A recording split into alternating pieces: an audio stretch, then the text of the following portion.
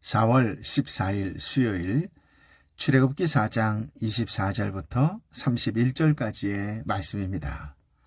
모세는 하나님의 보내심을 받고 이집트를 향하여 갔습니다. 하나님이 그와 함께 하시겠다고 말씀하셨고 모세의 손에는 하나님의 능력을 상징하는 지팡이가 들려 있었습니다. 그런데 우리는 오늘 본문을 읽자마자 또 한 가지의 이상한 점을 발견할 수 있습니다. 여호와께서는 모세에게 지팡이를 들려주고 기어이 이집트로 보내시고서는 막상 갈 때는 모세를 죽이시려는 사건이 발생했습니다. 사명자 모세에게 어떤 문제가 남아있었던 것일까요? 24절부터 26절까지의 말씀을 함께 읽겠습니다. 가는 도중의 한 야영지에서 여호와께서 모세에게 나타나 모세를 죽이려 하셨습니다.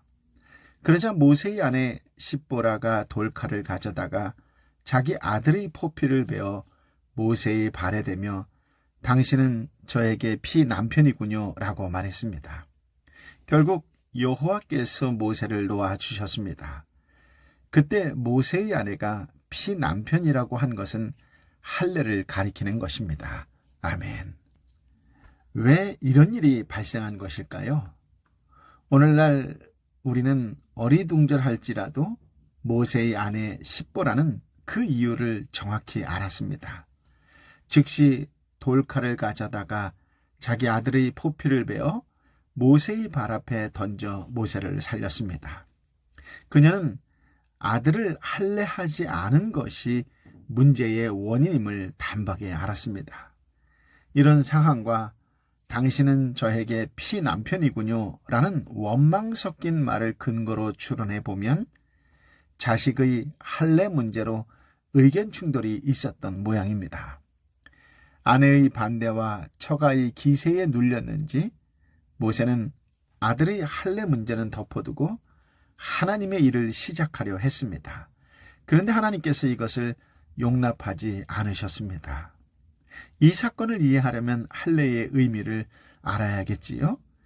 유대인들은 출생한 지 8일 만에 할례를 받는 것이 아브라함 때부터 나온 하나님의 백성됨의 표시입니다.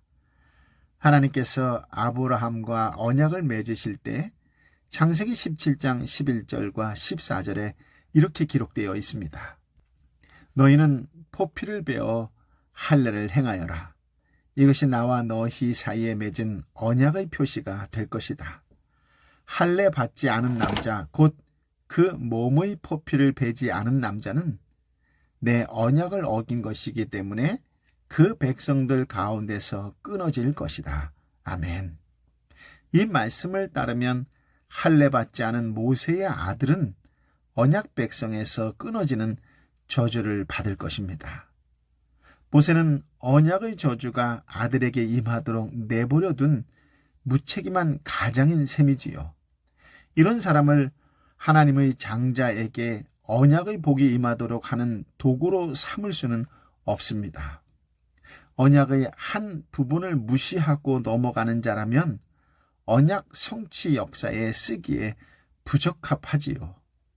이 사건을 통하여 하나님께서 이스라엘 백성을 어떻게 하나님의 아들, 하나님의 장자로 삼으시는지를 보게 됩니다.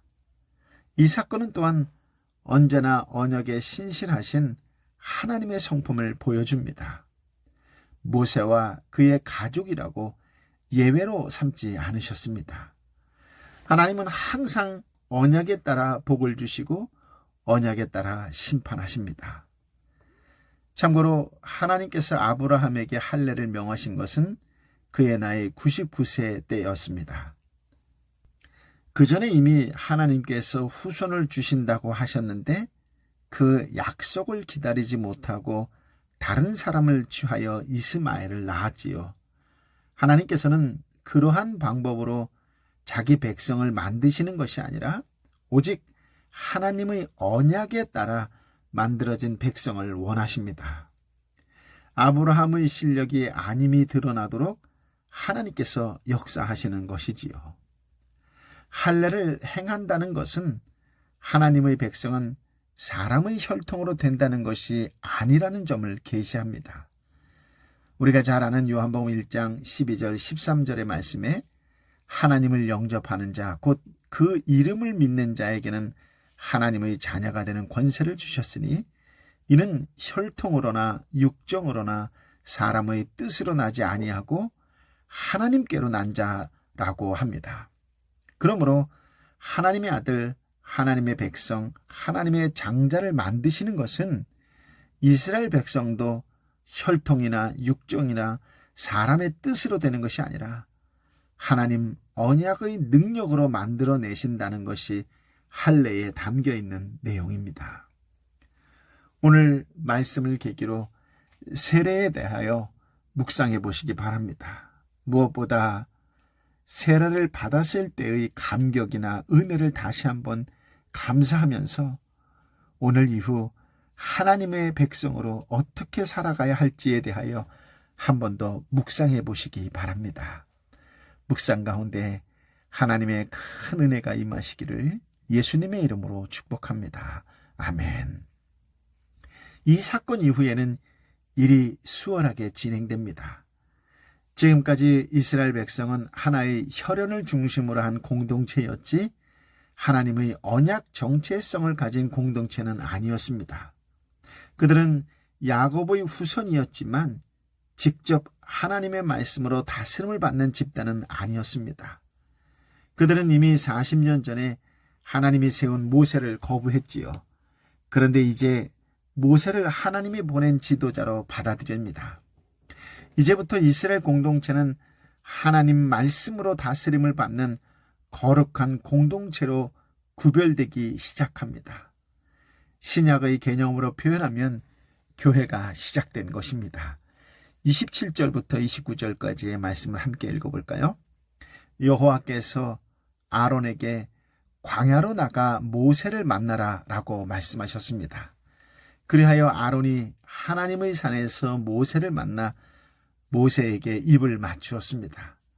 그러자 모세는 아론에게 여호와께서 자기를 보내며 말씀하신 것들과 여호와께서 자기에게 하라고 명령하신 표적들을 모두 말해 주었습니다.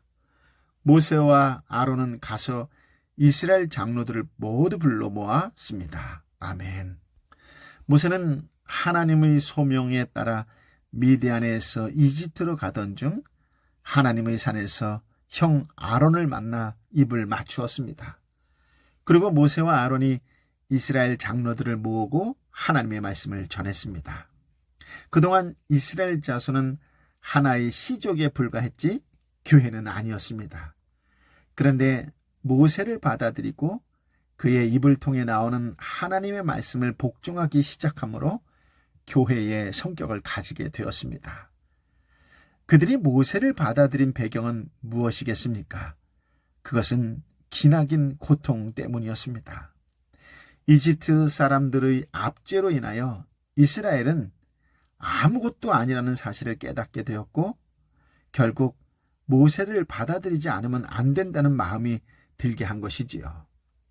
40년 전에는 그들이 모세와 하나님의 말씀을 받아들일 준비가 되어 있지 않았습니다. 그래서 40년 동안 그들을 내버려 두었습니다.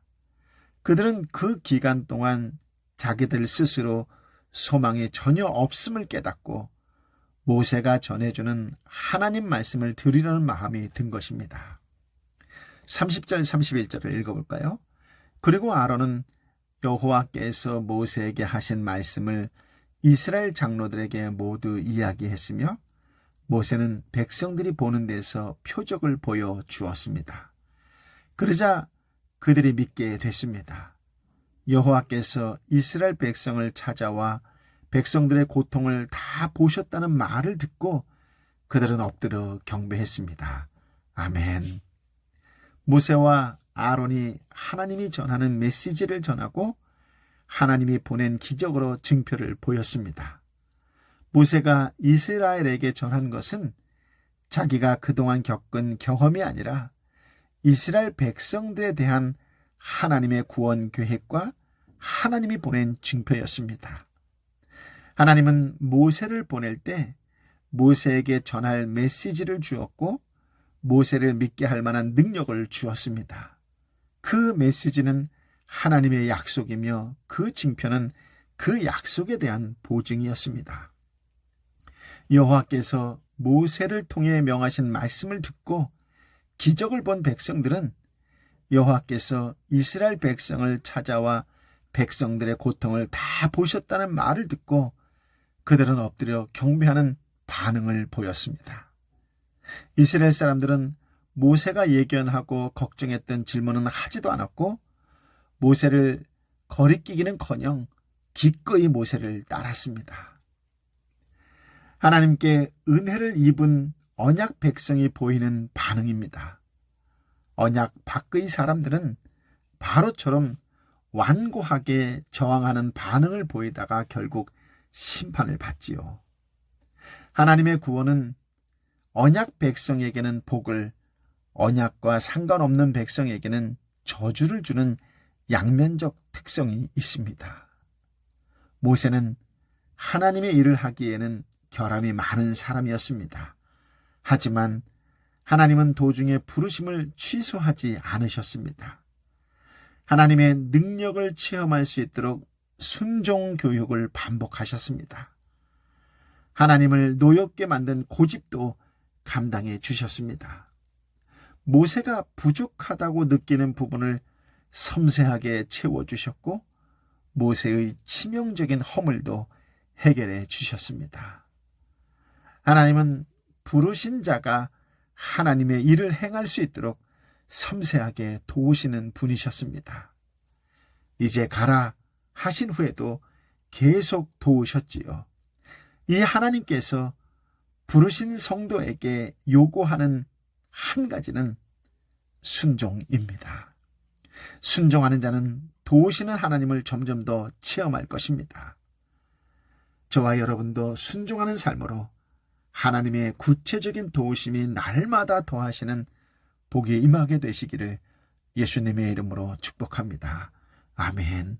아버지 하나님, 사랑하는 나의 아버지 하나님, 참으로 귀하고 복된 말씀, 생명의 말씀을 허락하여 주시니 감사합니다. 내가 속한 공동체가 얼마나 귀하고 얼마나 사랑 가득한 공동체인지를 다시 한번 깨닫게 하여 하시는 은혜의 말씀을 주시니 감사합니다. 언제나 기쁜 소식 복음으로 권면하고 주시는 복음에 순종하며 살아가는 하나님의 사람, 성령의 사람, 예수님의 사람이 되게 하여 주옵소서. 언제나 주님의 말씀 앞에 경배와 찬양을 올릴 수 있는 경건한 하나님의 사람이 되고 무엇보다도 하나님의 말씀을 깨달을 때마다 미루지 않고 즉각적으로 체계적으로 지속적으로 순종하는 신실한 그리스도인의 한 사람 되게 하여 주옵소서. 주님, 어떤 상황과 환경 속에서도 섬세하게 채워주시고 해결해 주시는 분이신 줄 믿습니다. 부르신 자가 하나님의 일을 행할 수 있도록 섬세하게 도우시는 분이신 줄 믿습니다. 주님, 오늘도 간절한 마음으로 빌고 또 원하오니 기도하는 하나님의 사람들 한 사람 한 사람들을 긍휼히 여겨주옵시고 특별히 육신의 연약함을 하나님께 부르짖을 때에 보혈, 예수 그리스도의 보혈로 덮어 주옵소서. 예수의 이름으로 치유되고 회복되는 역사를 허락하여 주옵소서. 아버지 하나님, 이 땅에 살면서 육신적으로 또 경제적으로 물질적으로 너무나 어렵고 힘든 하나님의 사람들을 불쌍히 여겨 주옵시고 저들이 예수의 이름을 부르며 나아갈 때 주신 말씀을 순종으로 나아갈 때에 날마다 시시때때로 도우시는 하나님을 만나는 은혜를 허락하여 주옵소서. 해결하여 주시고 열어주시는 하나님을 만나는 은총을 허락하여 주옵소서. 무엇보다도 주신 말씀에 순종으로 반응하는 그리스도인의 한 사람으로 살겠노라고 하는 결단과 함께 그렇게 실천하는 하나님의 사람으로 살게 하여 주옵소서. 아버지 하나님, 다시 한번 간절히 마음으로 빌고 또 비오니 육신의 연약함으로 아파하는 형제와 자매를 불쌍히 여겨주옵시고 오늘 예수의 이름으로 예수님의 보혈로 깨끗게 하여 주옵소서. 온통 다 막힌 것과 같은 외로움 속에 홀로 부르짖는 형제와 자매의 기도 소리를 들으시는 주님, 열어 주옵소서. 해결하여 주옵소서. 시온의 대로처럼 활짝 열어 주옵소서. 이제는 길이요 진리요 생명 되신 우리 주님 예수 그리스도의 은혜와 아버지 하나님의 크신 사랑과 성령 하나님의 위로 역사 교통 충만하심이 주신 말씀에 온전히 순종으로 반응하는 믿음의 사람으로 살겠노라고 다시 한번 결단하며 중보의 입술을 크게 벌려 하나님께 신실하게 걸어 나아가며 세상을 향하여 주신 소명을 감당하겠노라고 결단하는 하나님의 백성 한 사람 한 사람 머리 위에 저들의 이름을 불러가며 눈물로 기도하는 삼터와 일터와 공동체와 열방의 선교산과 선교지 위에 함께하여 주옵기를 간절히 축원하옵나이다. 아멘.